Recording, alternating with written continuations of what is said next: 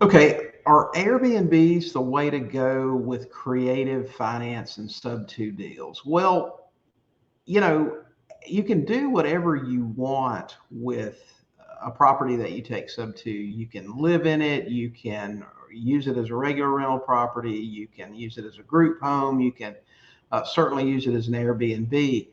But a big danger that I see a lot recently is students will come in and they'll say, "Hey, I found this great sub-2 property. The seller's open to letting me have the deed to it, but the interest rate's too high, or the amortization on the loan is too short." And what they'll do is they'll give you some numbers that just won't work as a regular rental. So let's say, for example, they've got a house that's worth 300,000 and it's got a bad loan on it. Maybe it's 8%. Maybe the people barely qualified for the loan when they bought it, or maybe it's on 180-month amortization.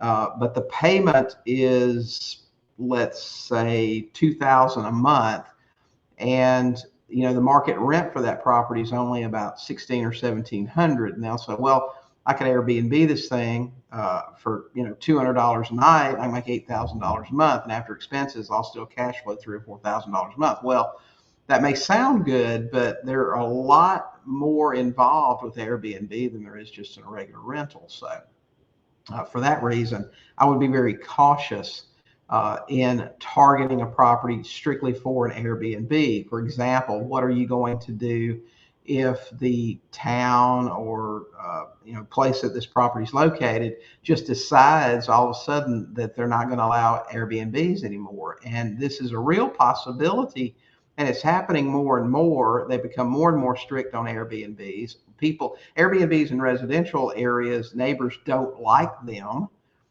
They don't want short-term rentals next door to them, because there's more and more complaining. There are going to be more and more cities and counties that enforce this sort of thing. So what happens when you take a property subject to, or buy it with cash or with a loan for that matter, and you can't use it as an Airbnb anymore? And this will happen. In fact, I've got one student that had multiple Airbnbs in a town a couple of years ago. And when they voted this thing in overnight, those short-term rentals had to be converted to regular rentals. So fortunately for him, they would cash flow as a regular rental, but it was a drastic loss of income. So those are some things that you really need to consider. You A regular rental needs to be, in my opinion, a very last resort for property. And I know some people like to hold rental property, and that's okay. I don't.